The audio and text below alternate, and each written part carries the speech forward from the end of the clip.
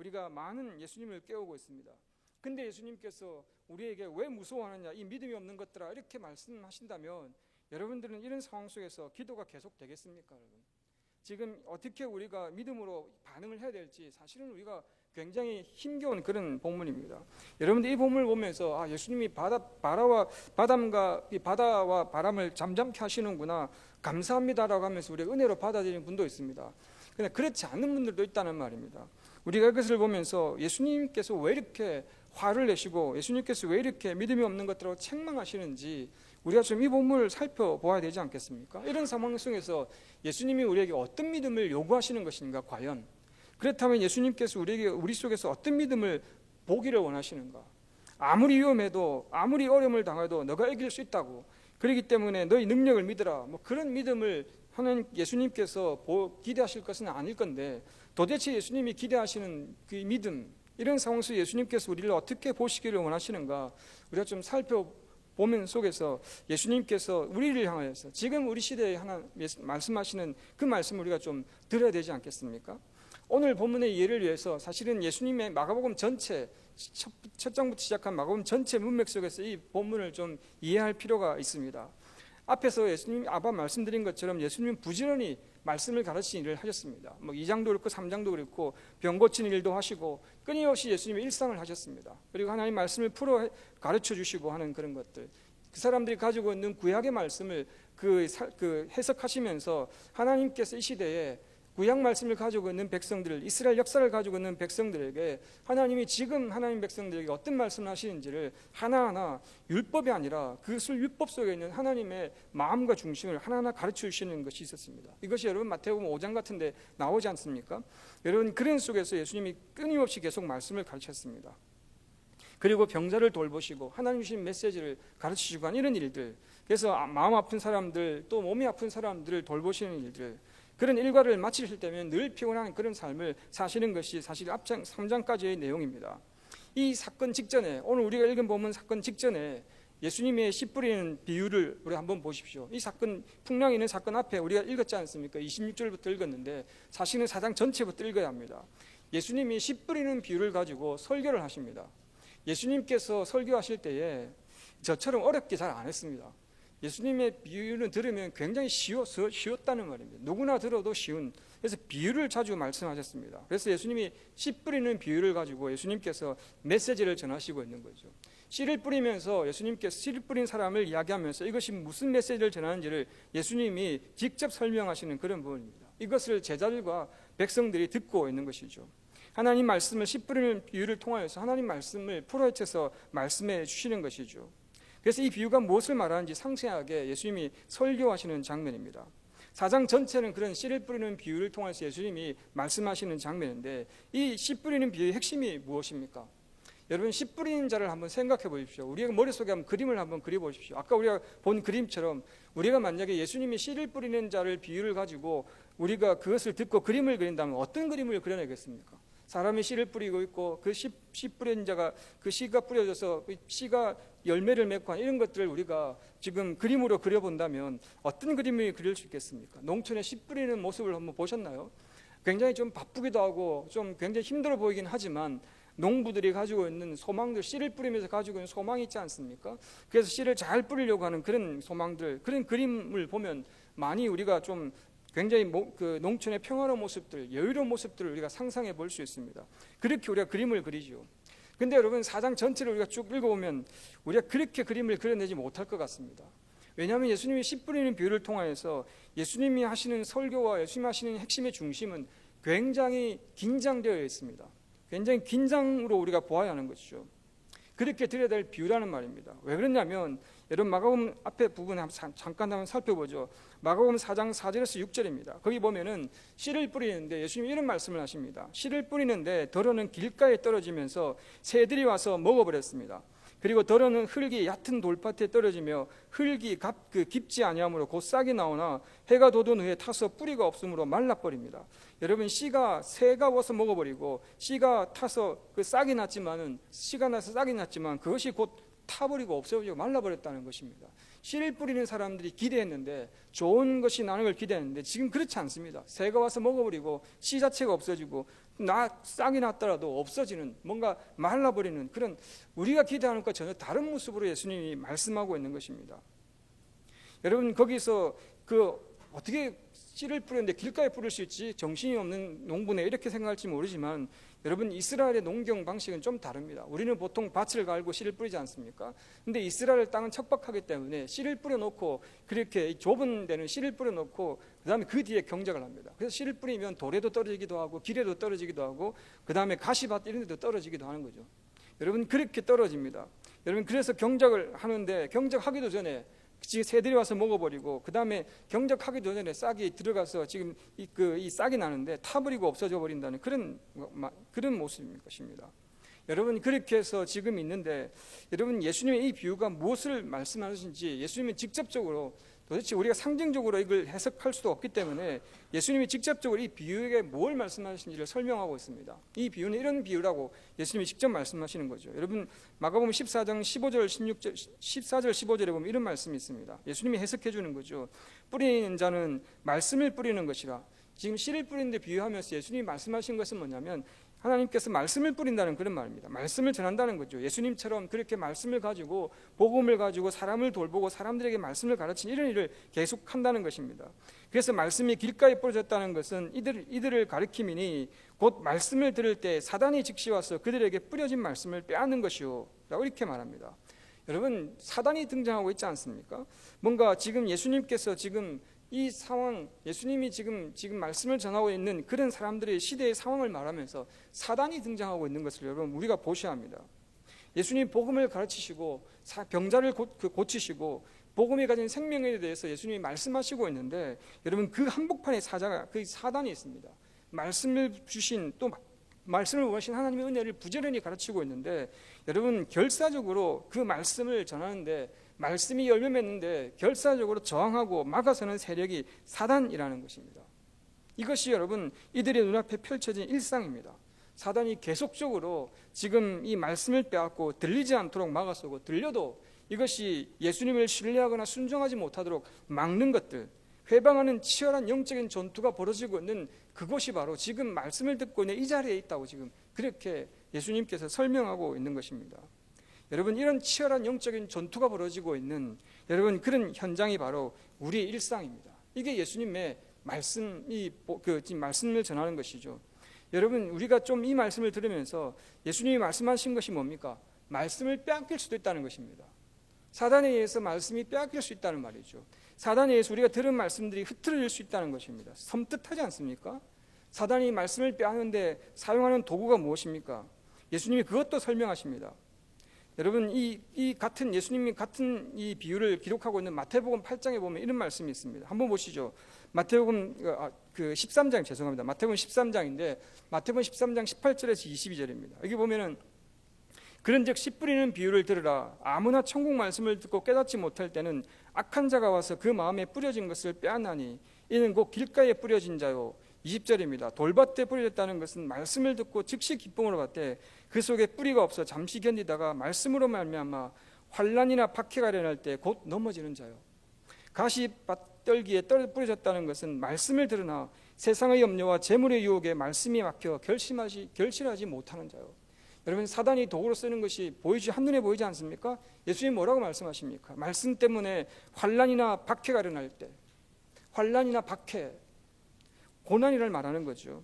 그 다음에 22절에 말하는 것처럼 세상의 염려와 재물의 유혹, 이런 것으로 지금 사단이 하나님 말씀이 들리지 않도록, 하나님께서 하신 일들을 우리 눈에 보이지 않도록, 우리 마음속 중심에 순종하고 신뢰하지 않도록 그렇게 하는 것이 사단이 쓰는 도구라고 말합니다.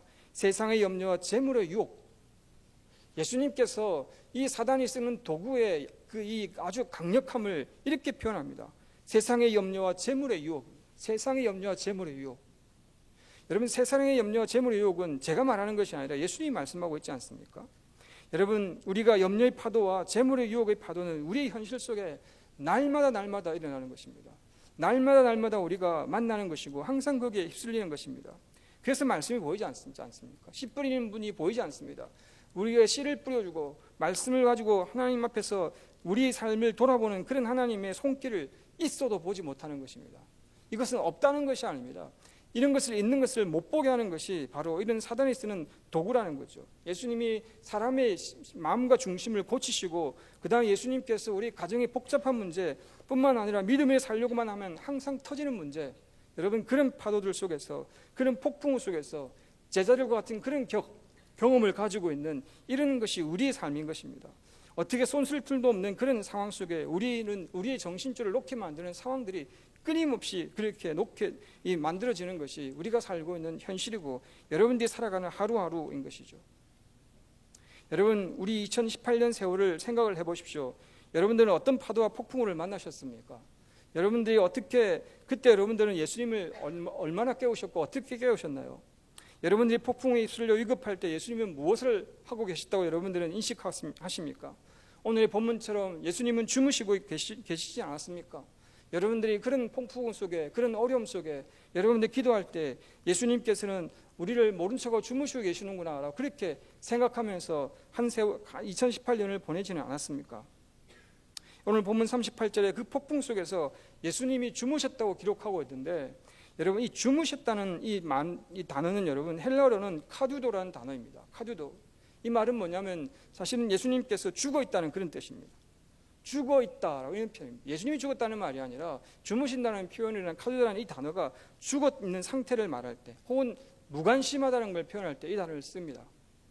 마치 예수님이 죽은 자와 같이 우리의 삶에 아무런 반응이 없고 우리 속에서 무관심하게 보이는 것처럼 지금 제자들이 지금 잠자고 있는 예수님을 보면서 자기는 풍랑에 지금 휩싸여서 죽게 되는데 예수님이 잠자는 걸 보면서 우리에게는 아무런 관심이 없는 분이구나 라고 싶을 정도로. 그래서 여러분 38절에 사실 이것은 급해서 예수님을 막 찾는 것이 아니라 예수님께 화가 났습니다. 이 제자들이 우리는 이렇게 고생하는데 예수님은 우리에게 지금 도무지 돌보시고 않기 때문에 도대체 예수님이 우리를 안 돌봐주시는 겁니까? 예수님 우리에게 지금 예수님은 눈을 감고 계십니까? 라는 그런 표현으로서 좀 약간 화가 섞인 그런 표현입니다.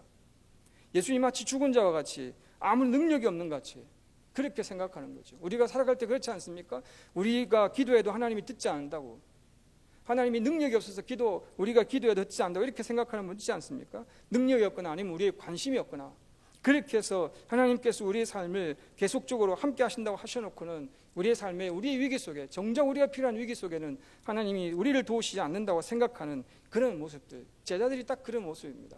지금 죽게 되어졌는데 여러분 그래서 지금 있는 그런 제자들이 주무시는 것 같은 예수님을 보면서 그런 상황 속에 여러분 우리가 2018년을 보내시지 않았습니까? 여기에 이 제자들이 주님 깨소서 어찌하여 주무십니까? 주님 깨소서 어찌하여 주무십니까? 나는 주님이 필요한데 주님은 왜 이렇게 우리에게 무관심하십니까? 그렇게 되어지는 것입니다. 여러분 이 제자들의 외침은 마가복음에서 끊임없이 나오는 질문입니다. 제자들이 지속적으로 가진 의문이었습니다. 마가복음을 잘 읽어보시면 제자들은 항상 이런 의문을 갖습니다. 주님 우리가 꼭 필요한데 주님은 뭐 하십니까? 주님은 왜 우리에게 어떤 일들을 하십니까?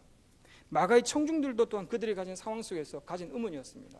여러분 이런 질문은 오늘날 교회가 세상 혹은 환난 가운데 서 있는 우리의 모습들, 우리가 조그마한 어려움 속에서도 하나님 앞에 가는 의문이지 않습니까?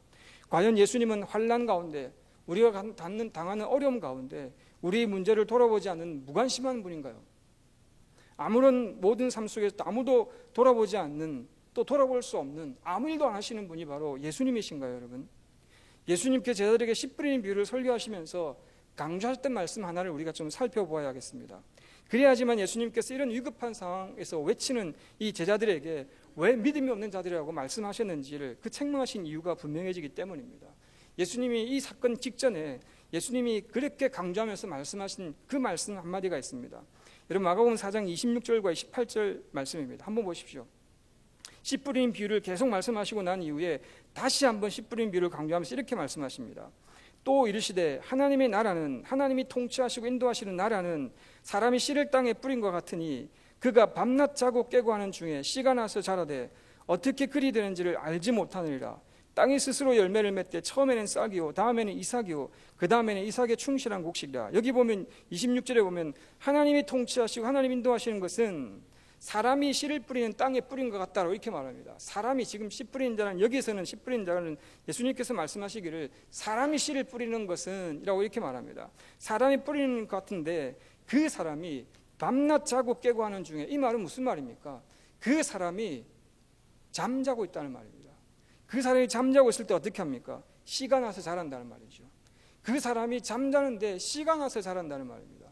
이게 무슨 말입니까? 이 사람은 씨를 뿌리고 잔다는 말입니다. 24시간 씨를 뿌려놓고 막 돌보지 않는다는 거죠. 근데 씨가 자라난다는 말입니다. 자라나게 하시는 분이 누구냐는 것이죠. 말씀하지 않습니까? 하나님이 통치하시고 다스리는 나라는 사람의 씨를 뿌리지만은 그러나 그것을 자라나게 하는 것, 사람이 잠자고 있을 때 그것을 자라나게 하시는 분이 계시다는 거죠. 끊임없이 하나님께서 일하신다는 것입니다. 앞에 예수님이 말씀하신 대로 사람들이 폭풍 속에서나 아니면은 그냥 편안한 속에서나 끊임없이 하나님은 자기 백성을 돌보시고 있다는 거죠. 저는 여러분 이 폭풍 속에서 예수님 앞에서 이 제자들이 예수님을 깨우지 않고 예수님 앞에 말씀을 들었던 것, 하나님이 우리를 인도하시고 하나님 예수님께서 우리를 인도하셔서 저편으로 가자고 하셨을 때 하나님이 저것으로 가시기로 우리에게 말씀하셨을 때에 그러면 우리는 가게 하신다는 것을 믿고 아마 폭풍 속에서 예수님 잠자는 거 놔두고 갔으면 아마 저는 배가 안전하게 갔을 거라고 생각이 듭니다.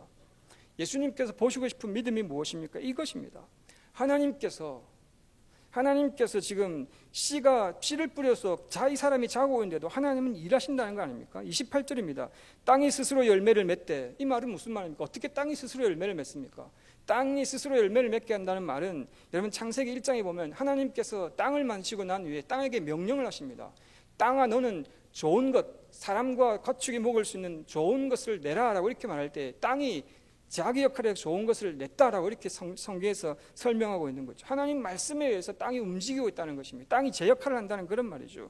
그렇기 때문에 땅이 스스로 열매를 맺는 것이 하나님이 다스리고 인도하시는 하나님의 구원의 역사 속에서 땅이 그 명령대로 하나님 앞에 순종하는 모습이 땅이 스스로 열매를 맺는다고 표현하고 있는 것입니다. 하나님께서 하신다는 말이죠. 하나님께서 일하신다는 것입니다. 그 땅이 우리가 보기에는 썩은 땅이 될 수도 있고 그 땅이 우리 보기에는 싹이 나지 않을 땅일 수도 있지만은 그런 하나님께서 그 땅을 열매를 맺게 하시는, 열매를 낳게 하시는, 우리는 여러분 땅에 열매를 맺으면 그 땅에 씨를 뿌리면 모든 것이 다 열매를 맺는다고 생각합니다. 안 그렇습니다, 여러분. 농사 한번 지어보셨나요? 저도 농사를 지어보지 않습니다. 근데 여러분 텃밭인데 보면 여러분 씨를 뿌리는데 안 자라요. 모든 여건이 맞아야 되겠지만 잘 안 자랍니다, 여러분. 어떨 때는 그냥 뿌려놨는데 그냥 뭐 먹다가 씨를 뱉었는데 그냥 자랍니다. 여러분 그것은 자라게 하시는 분이 있다는 것을 우리가 알지 않습니까? 여러분 여기서 예수님은 하나님께서 하신 일을 가르치면서 씨 뿌리는 자가 자지만 하나님은 지속적으로 활동하신다는 것, 하나님이 예수님처럼 그렇게 사람들을 밤낮 없이 돌보시고 하시는 것처럼 하나님도 그렇게 하신다는 것, 잘 때도 씨가 나게 하고 하나님이 부지런히 자기 백성을 위해서 일하시고 그 백성을 보호하신다, 자지 않으신다, 죽지 않으셨다, 무능한 분이 아니시다, 우리를 돌보시는 분이 아니시라는 것을 예수님께서 이미 말씀해 놓으셨다는 것입니다. 배를 타기 전에 예수님께서 그렇게 말씀하시고 난 이후에 말씀하신 것이 뭐냐면 자 우리가 일어나서 저편으로 가자, 그렇게 말씀하십니다. 이건 뭐겠습니까? 저편으로 우리가 가겠으니까 이제 가자, 저편으로 가면 된다, 이런 말씀이지 않습니까? 근데 지금 이 풍랑이 일어나니까 예수님의 제자들은 뭘 잊어버립니까? 예수님이 그렇게 씨 뿌리는 비유를 통해서 하나님의 모습을 또 그렇게 하나님의 사역의 중심을 말씀할 때 그 다 싹 다 잊어버립니다. 안 보입니다. 하나님의 손길과 도우심, 그 앞에서 하나님께서 말씀하신 것이 하나도 보이지 않습니다. 풍랑 속에서 다 그냥 파묻혀버리는 거죠. 여러분 이렇게 불안에 떨고 있는 그런, 아까 우리 그림을 본 것처럼 이렇게 막 불안에 떨고 있는 것 반면에 예수님께서는 어떻게 하고 있습니까? 주무셨다는 것입니다. 여러분 예수님이 어떻게 하면 이렇게 주무실 수 있을까 싶은데 예수님이 가지고 계신 중심의 믿음이 무엇입니까? 하나님이 일을 하신다고, 하나님이 씨를 뿌리고 하나님이 복음을 증거하는 자의 삶을 저편으로 가서, 여러분 사실은 우리 읽지 않았습니다만 마가복음 5장에 보면은 예수님이 그 건너편에 가서 귀신 들린 자를 몰아내고 그 다음에 더러운 귀신 자를 고치시고 회복하시는 그 거라사인 땅 지방을 고치시는 그 역사가 일어납니다. 예수님은 그것을 위해서 가시는 것인데, 그래서 가자 그랬는데 예수님께서는 푹 주무시고 있는 것이죠. 예수님은 지금 단잠을 자고 있는 것입니다. 왜 그렇습니까? 하나님에 대한 신뢰가 있는 것입니다. 하나님에 대한 약속의 신뢰가 있고 하나님이 쉬지 않고 자기 백성을 고치고 치유하시고 일하심에 대한 신뢰가 있는 것입니다. 그 신뢰가 있는 자의 단잠이고 그것이 없는 제자들의 모습입니다. 두려움인 거죠. 그래서 예수님께서 이 제자들에게 어떻게 이렇게 믿음이 없는 자들아라고 이렇게 말하는 것입니다. 하나님이 보여주신, 예수님이 보여주신 믿음을 그렇게 말씀하신 그 믿음이 없다라고 이렇게 말하는 거죠. 예수님의 단잠이 이해가 되십니까? 예수님이 주무시고 있는 잠이 이해가 되십니까? 성경에 보면 잠에 대한 이야기가 자주 나옵니다, 여러분. 잠언서를 한번 보시죠. 사랑하는 자에게 잠을 주신다 이 말씀이 아닙니다, 여러분. 잠언서에 보면 3장 23절 24절 이렇게 말씀하고 있습니다. 한번 잘 들어보십시오. 너가 너 길을 안연히 행하겠고 하나님이 인도하신 대로 행하겠고 내 발이 거치지 아니하겠으며 너가 누울 때 두려워하지 아니하겠고 너가 누운즉 내 잠이 달리로다. 하나님을 신뢰하는 자, 하나님의 약속의 말씀을 품고 살아가는 자에게 주시는 하나님의 은혜, 단잠을 주신다고 이렇게 표현하고 있는 거죠. 폭풍 속에서 그냥 우리가 보기에는 터무니없고 우리가 보기에는 그냥 아무것도 없는 죽은 자와 같이 그렇게 단잠을 자고 계시는 예수 그리스도, 예수님께서는 그렇게 잠자시고 있는 것을 보면 피곤해 쪄진 모습들이지만은 그러나 예수님은 잠자고 계시는 것은 하나님을 신뢰하고 있는 것입니다. 여러분, 주님의 명령을 따라서 순종하며 가는 길에는, 주님을 모시고 그리고 가는 길에는 죽음으로, 마치 죽음으로 이끄는 것 같은 광풍, 이런 순환, 이런 고난이 있을 수 있습니다. 없는 것이 아닙니다. 아까 보았지 않습니까? 씨 뿌린 비유를 통해서 예수님이 일하시지만 사단이 와서 그것을 결사적으로 막고 있습니다. 치열한 영적인 전투이기 때문에 있을 수 있습니다. 누구나 있을 수 있습니다. 그건 분명한 것입니다. 그래서 여러분, 그런 속에서 여러분 말씀을 빼앗으려는 사단의 치열한 공격이 있기 때문에, 여러분 그렇기 때문에 폭풍은 우리를 쓰러뜨리려고 엎드려지려 하는 그런 능력이고 우리를 무섭게 하고 두렵게 하는 것일 수 있지만은, 오히려 여러분 그런 속에서 우리가 보는 것은 무엇입니까? 예수님이 보이신 믿음입니다. 오히려 우리 하여금 예수가 누구신지를 더 분명하고 명료하게 아는 것이 오늘 본문을 통해서 우리에게 말해주는 것이죠. 오히려 폭풍과 환난과 이런 시험은 훈련이라는 것이죠. 제자들은 지금 배를 타고 가면서 예수님께서 단잠 주무시는 것을 보면서 예수님의 믿음을 사실은 훈련하고 배워야 하는 것입니다. 제자들은 순환의 의미에 대해서 진정한 깨달음이 무엇인가, 폭풍이 일어나는 것이 무엇인가, 예수님이 사실 그런 것을 보고 자기를 깨우니까 일어나서 예수님이 폭풍을 잠재웠다고 말씀하지 않습니까? 충분히 그렇게 하실 수 있는데도 안 하신 것이죠.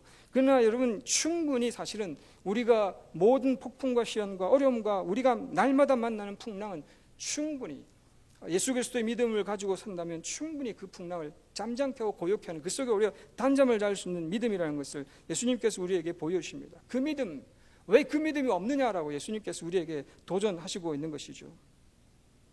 여러분, 우리는 여전히 제자들 같은 이런 늘 쓰러지고 있는 이런 풍랑 속에서 환난이 왔을 때 넘어지는 자라는 것을 우리가 이 본문을 통해서 우리가 발견하게 됩니다.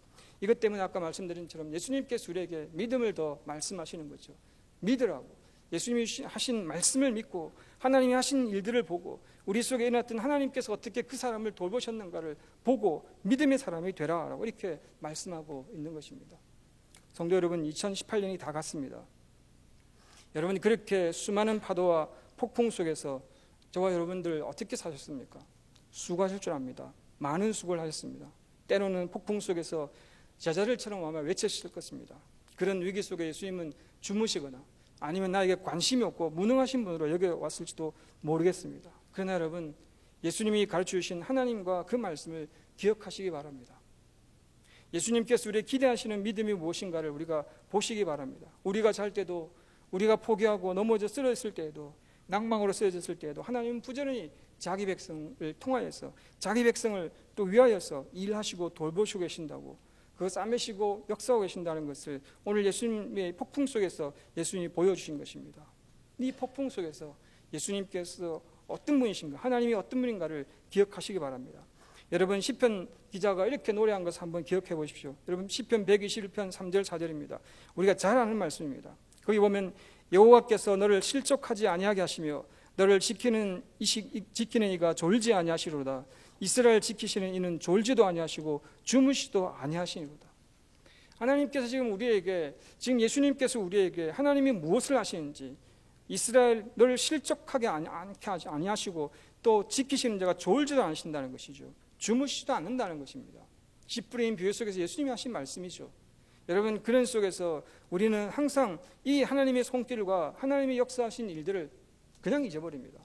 폭풍과 조그마한 시련 속에서 우리는 하나님을 신뢰하는 그 믿음이 우리 속에 늘 넘어지는 그런 것입니다. 그러나 여러분, 이 말씀을 기억하십시오.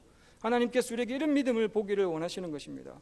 그런 속에서 우리가 충분히 하나님께 그런 파도와 우리가 쉽게 넘어졌던 그런 파도와 풍랑을 충분히 능히 이길 수 있는데 우리는 거기에 쓰러져서 예수님 도대체 뭘 하십니까? 라고 했던 그런 일들이 있었던 것을 우리가 보는 거죠. 그러게 여러분, 하나님 앞에 우리가 믿음 없는 자들, 이 말씀을 통해서 예수님이 기대하시는 믿음 없는 자들이라는 것을 우리가 알고 예수님이 기대하시는 믿음을 가지고 우리가 회복하고 살아야 되지 않겠습니까? 이 하나님의 손길로 올 한 해를 버티고 잘 살아왔습니다. 또 어쨌든 그런 속에서도 하나님께서 우리를 넘어지는 속에서 우리를 인도하셨기 때문에 지금까지 버티고 잘 살아왔지 않습니까? 그리고 여러분, 2019년 새해에도 파도가 없을 것이라고 우리가 생각하지 않지 않습니까? 어떤 파도든지 우리가 있을 것이라고 생각하는데 그 풍랑과 여러분 그 폭풍 속에서도 나를 세우시고 붙드시고 주무시도 않고 졸지도 않으신 하나님께서 우리를 인도하시는 그 하나님의 손길을 확신하고 폭풍 속에서도 여러분 사단에게 말씀을 빼앗기지 마십시오. 사단에게 여러분들의 정보를 내어주지 마십시오. 오히려 단잠 잘 수 있는 그런 믿음의 삶을 우리가 선택하며 살아가야 되지 않겠습니까? 우리 믿음으로 우리가 하나님 앞에서 우리 단잠을 자야 되지 않겠습니까? 믿음의 사람들에게 환난이라는 것은 일시적인 것이지 영원한 것이 아닙니다. 마치 우리가 영원한 것처럼 보일지 모르지만 그것이 결코 아닙니다. 칠흑같이 깜깜한 밤에 여러분 별이 영롱하게 빛나듯이 하나님 앞에서 이런 모든 밤이 있기 때문에 별들이 뜨는 것처럼 우리가 하나님 앞에서 믿음의 신실함이 더 빛나게 될 것이라는 거죠. 오직 그리스도를 바라고 그분의 말씀하신 것과 보여주시는 그 믿음의 중심을 배워가면서 우리 인생의 폭풍의 어두운 밤을 보내야 되지 않겠습니까? 본문 35절을 저는 사실 본문 35절을 보면은 예수님께서 이 말들 확신을 가지고 하신 말씀, 여러분 이것은 우리에게 큰 도전이 됩니다. 여러분 35절에 뭐라고 말합니까?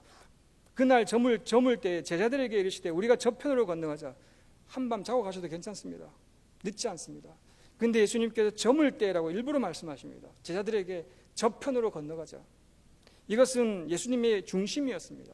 내가 하나님의 인도하심이 있고 하나님을 믿고 하나님이 하신 일을 믿고 저편에 건너가서 하나님의 구원의 일들을 같이 동참하고 하나님 앞에서 같이 가자는 이런 말입니다. 예수님이 우리를 향해 지금도 이렇게 말씀하지 않습니까?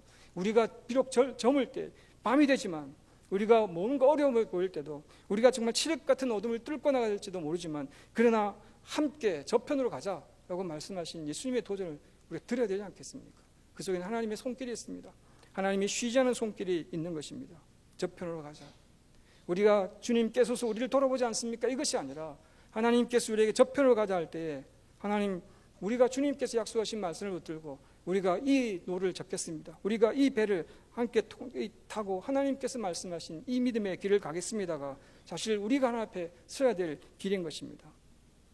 찬송가 373장에 보면은 고요한 바다로 이 풍랑이 나해서 고요한 바다가 있지만 오히려 이 풍랑이 일어난 이 바다 때문에 우리가 더 빨리 간다고 이렇게 말합니다. 풍랑 때문에 우리가 더 늦게 간다고 생각하지만 그러나 이 찬송 속에서 고백하는 것은 오히려 풍랑 때문에 우리가 더 빨리 간다고, 오히려 풍랑은 우리를 해치고 넘어지고 부러뜨리는 것이 아니라 그 풍랑이 우리를 밀어서 우리가 더 빨리 가게 한다고, 그런 고백을 갖고 있는 찬송이 있습니다. 여러분, 오늘 말씀 속에서 하나님을 발견하십시오.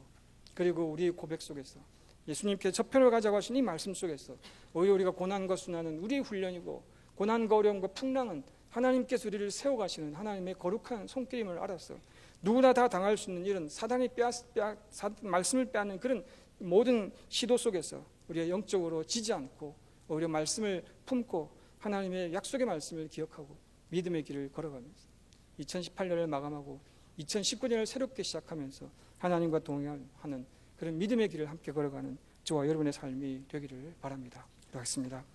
하나님 아버지, 우리가 살아가는 모든 삶의 인생에 풍랑이 많고 때로는 하나님 우리가 예수님을 향해서 깨어 예수님 우리를 삶을 살펴주십시오, 우리를 돌봐주십시오라고 때를 쓰듯이 기도하지만 하나님 아버지, 주님께서 우리에게 믿음으로 살아가기를, 하나님께서 우리를 위하여서 일하시고 졸지도 않으시고 주무시지 않으시고 쉬지 않으시고 우리를 돌보시고 인도하시는 하나님의 구원의 손길을, 또 그 하나님을 신뢰하고 믿음의 길을 가라고 하나님 약속하신 그 말씀을 우리가 듣습니다. 하나님 아버지, 참으로 우리가 주님께서 우리에게 주신 믿음과 주님께서 우리에게 약속하신 것을 붙들고 하나님 이 땅의 풍랑에 우리가 쓰러지는 자가 아니라 오히려 풍랑으로 인해서 오히려 더 주님 앞에 더 가까이 가는 믿음의 길을 갈 수 있도록 하나님 2018년을 잘 마무리하고 2019년을 새롭게 모든 파도와 맞서 예수님의 이름으로 또 예수님의 능력으로 하나님 저희들이 주와 동행하는 믿음의 길을 걸어갈 수 있도록 은혜를 더하여 주옵소서.